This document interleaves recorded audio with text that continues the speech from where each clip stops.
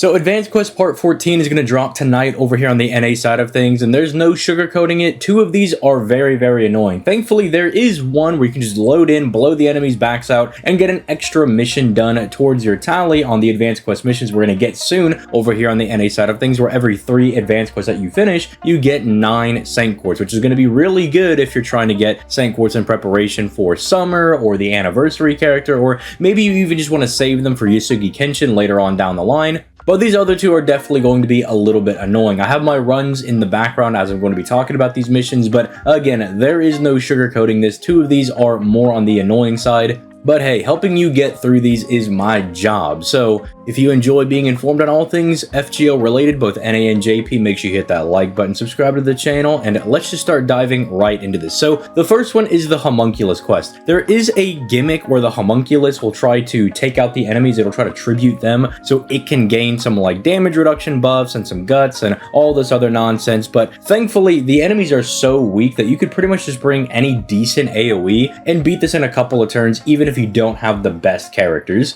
The damage reduction rate isn't even that high, so if you just wanted to try to pop off immediately, you could do that, I'm sure. I mean, I just let him do the first turn thing, use Merlin's illusion just to be like, well, if you're going to tribute off the guy before I can even do any damage, let's just stall a turn for each other. I just did kind of a like nice little casual setup just to show that, yeah, you can beat this guy on like turns 2 and 3, and it's like whatever. It's really not that big of a deal. Even the DPS I decided to bring is just Saber Ibuki, but that's just because she's a Saber and the Homunculus is a Lancer. I mean, there are power mods for the Homunculus if you're really down bad, but it's a Sky Attribute enemy, so if you have people with Sky Attribute power mod, that means you either have somebody like Nero Bride who can make quick work of this thing, you have Mao Nobu who is also going to make quick work of this thing. I mean, it's really not all that hard. It should be treated as kind of a free mission, and I would say a little bit of an apology considering the other 2 missions are just extremely annoying. So just load into this one, do it first, or hey, maybe even do it last if you want to give yourself a little bit of a reprieve at the end. It depends if you're one of those guys that likes to do the annoying and hard quests first and then, you know, finish out with something easy, or if you just want to get your mission done and get your craft essence, that will make your life for farming just a little bit easier, and then save the more difficult ones for last. But the first one, relatively easy.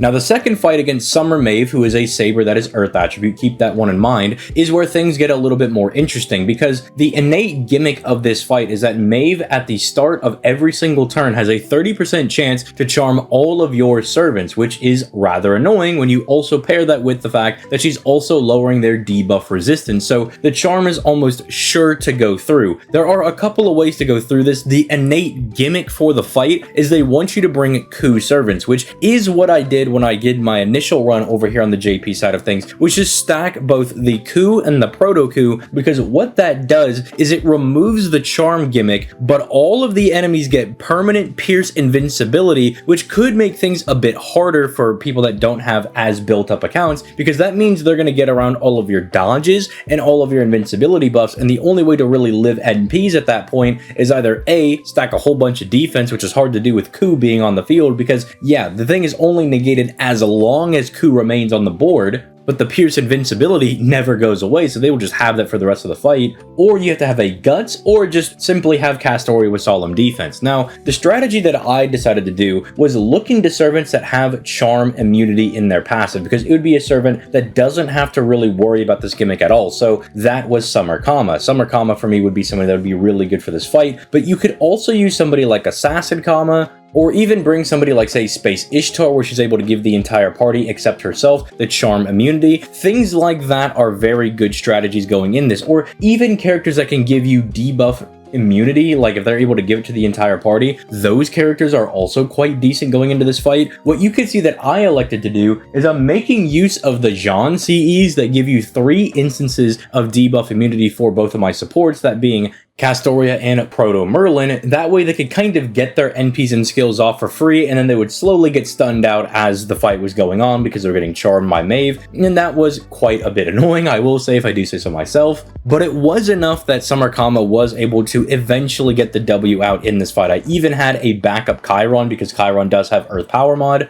And even if I didn't need to use him for his NP, he does give some pretty positive buffs with the crit and the Omni card buff, so that is always going to be really good. But now we got to talk about the obvious elephant in the room. You may be saying, well, what are these other two random guys doing over here? These two random guys are like the bane of my existence because they are two casters, meaning they operate under like completely different types. They give Maeve a 45% NP and crit damage resistance, and there's two of them, so she has 90% reduction against NPs and crits while they're on the field. Now you may be saying, ZTL, just NP them and move along, right? This is like, hey, bring a single target, take those guys out, then boom, you take out the Maeve, and it's really not all that hard. It might be a little bit annoying, but not that difficult. No, because if you hit these guys with an NP, they gain a Guts that revives them with 25% of their HP, and then they also like heal half of their HP as well. It is really annoying. So that's why you're seeing me just go around and just kind of like smacking these guys with face cards. I took it upon myself as it being worth it for my own time and sanity to at least hit them with one Summer Kama NP. That way I could kind of get them to a bit more of a manageable level, but it is rather annoying. These dudes are where the fight gets super annoying because Maeve on her own is fairly easy to deal with.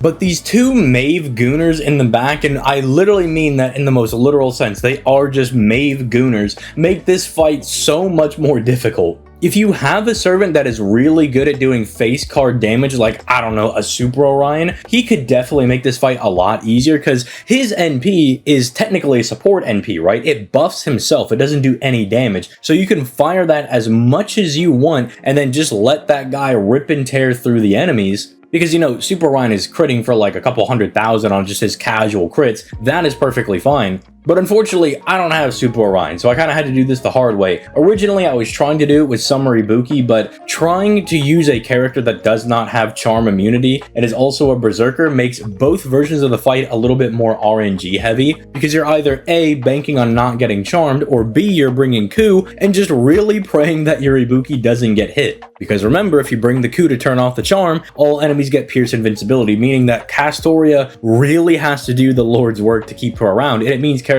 like, say, Proto Merlin aren't actually all that great, because sure, she can give you the extra max HP, but when you don't have the guaranteed party-wide invincibility skill to protect against that, it does get a little annoying. This does also mean that if you have someone like Kukulkan, she can actually be really good because her invincibility buffs are going to turn into solemn defense buffs. She could be fairly decent. Her crits can also look fairly nice, but play into either niche that you want. Whichever one you want to do, by all means go for it, right? Like, I'm not going to stop you in trying to make this fight a bit more manageable because it can definitely be rather annoying. Now, this last fight is the one that everybody is worried about. It is the BB fight with the class-changing enemies, but realistically, this one's main weakness is having information on what it does. If you go into this one blind, you are surely going to get absolutely wrecked, but it's actually not that bad when you know what's going on. Even though the background gameplay is going to be me getting my back blown out by the enemies, that is because I was trying to brute force it in the background. I was trying to recreate my initial run where I just ran in there almost blind. I looked at some of the information for the annoying enemies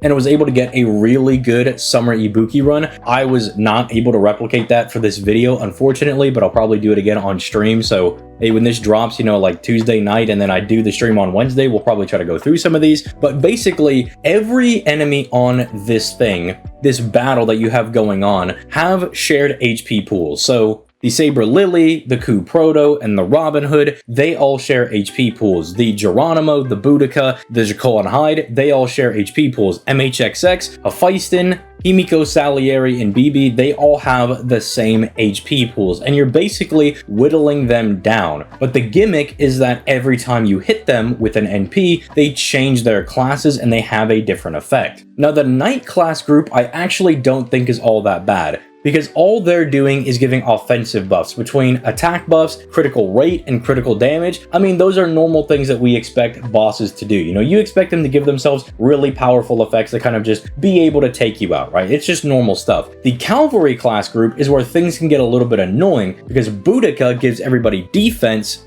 Geronimo gives everybody pierce defense, and then Jekyll and Hyde is just the bane of my existence in these runs, because while he is Jackal, he has a 500% chance to stun a single enemy, but then once he becomes Hyde, he has a 500% chance to stun all enemies for a turn, which is definitely, I would say, the effect to keep track of, because you can really play around all of these other ones. Because even for the extra class group, you know, Tai Sui is giving everybody an extra NP charge. You know, MHXX is lowering like your crit gen and all that stuff. It is whatever. Hephaestus seals an enemy's NP for 1 turn. You can play around that. At least you could still use your face cards and your skills. Himiko gives all of her allies, you know, a little bit of max HP, and then Salieri gives everybody 1 instance of evasion. That is perfectly fine. You know, we got Sure Hit, we got Pierce Invincibility, we got guys that can remove defensive buffs. That's all perfectly fine. But if you are not playing around Jekyll and Hyde, you are going to get your back blown out in this fight. As you see with the first gameplay, I get really unlucky, or I just wasn't paying attention, rather, that's actually on me. Completely forgot about the stun, and then we just lose the run. It's just over from there. Now, they do swamp out whenever you fire AoE NPs, and they do get weaker every single time they transform, and I believe that stacks up to 5 times. So what you can do is either A, bring characters like Arash that are able to take themselves out and fire an AoE NP, not for damage, but to force a swamp out and get things to a more favorable position for yourself while also bringing in another servant. Or B, load up on a lot of AoE characters and then use that to just force everybody to switch out really rapidly and then just go for the kill. You know, once they've gotten a couple of stacks of vulnerability, you know, they've swapped out a couple of times, you can just get in there and go for the win. But do keep in mind, this is basically the super version of all those OG quests. You'll notice that all 3 of these groups between Knight class, Cavalry class, and Extra class, they are the groups of enemies that you fought in those original battles that we had, and so they still have the buff where they have increased attack and defense against their respective groups. So the caster, for instance, is really resistance towards assassin. It's like extra resistance, but then it's also like really vulnerable to riders, you know, all that good stuff. Now, the BB herself isn't too bad. If you can get to a position where you're just fighting BB, all BB does is she's like, oh, I'm gonna get like big attack, I'm gonna get big defense, I'm gonna be doing critting, and then she can like ruin your buff. She can like steal buffs from you, but realistically, that's not that bad. The hard part is getting around all these other guys, right? That is the more difficult part, is kind of getting around and getting into a nice, manageable flow with these characters, because realistically, you can hang out with some of them. You can be there, you can have your like your Castorias, your Merlins or whatever. You can get into good positions where you're like, you know what, I'm gonna hang out with these guys, not fire an AoE NP, and I'm just gonna chill in this phase for a little bit. But the main strength for this one is just knowing what they do and knowing what is going to be the best characters for you to fight. Again, there are things you can do. You know, you can bring characters that give yourself like debuff immunity. Maybe you're like, you know what, I'm gonna get to like the Jekyll and Hyde. I'm gonna pop my like debuff immunity buffs right before, you know, they come in. I'm gonna force them in. I'm gonna be debuff immune. They're not gonna be able to do anything. And then bam, I'm gonna take that guy out so I never have to worry about that again. But it is a right and proper challenge fight that you are gonna have to think about a little bit, unless you're on like, I guess, the super high ends of like whaling and whatnot, and you're just like, I'm just gonna roll up with like my NP5 like blah blah blah blah blah blah servants and I'm just gonna blow their backs out. In which case, good on you, but that's not everybody here. I will say this is also one of the benefits for, say, Buster and Quick, where if you have Koyenskaya and you have Ruler Scotty, they are technically a bit better here in the fact that they are supports that do have AoE NPs, so not only can they still do the normal thing of giving your main DPS some really big damage, but they can also help early on in forcing out some of these switches, and they do at least have the positive effect on their NP of draining charge for Scotty Ruler, and then Koyenskaya over there is giving the entire party battery, which is really strong. So I will give those 2 credit on this one, but there are quite a few ways to go about it in trying to take this thing down. Just build up whatever works the best for you. And again, if you are a newer player or your account is like not that great, and then for either this or for the Maeve quest, if you want to use a command spell for it, by all means, don't let anybody shame you. We got 9 Sanct Quartz on the line, so you know, if you want those Sanct Quartz during Anniversary, you get that back. I mean, I'm gonna be full transparency, since I've already beaten all these before and I was just redoing them for the video, I also brought the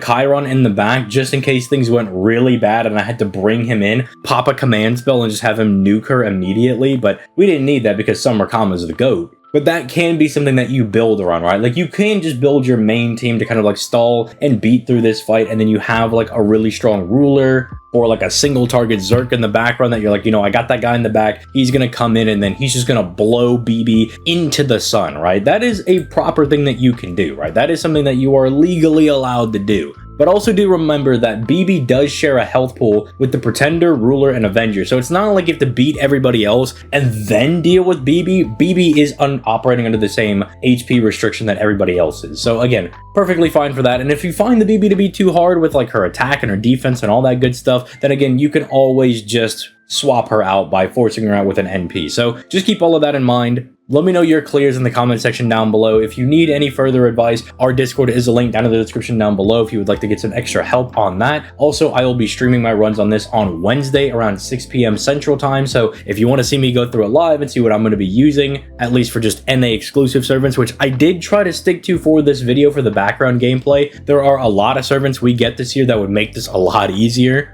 Like, for instance, Yugioh Kenshin, bringing her in at the very end and then just having her just obliterate the BB at the very end because of just how strong she is, can be very strong. Draco is really strong for this as well. If you weaken down the enemies and then bring in Draco, she could just start sniping people out with how her class system works. Stuff like that can make this really easy. So even if you do a couple of attempts, you're not able to get through it, one of the things you can do is just wait for some of these stronger characters to come out, but you do need to pull them because advanced quests do not let you use your friend supports. They have to be servants that you own. So also do keep that one in mind if that's going to be a strategy that you decide to employ. But with all that being said, I'm going to go ahead and get out of here. You guys have yourselves a nice day, and I'll catch y'all on the next one. Peace, late guys.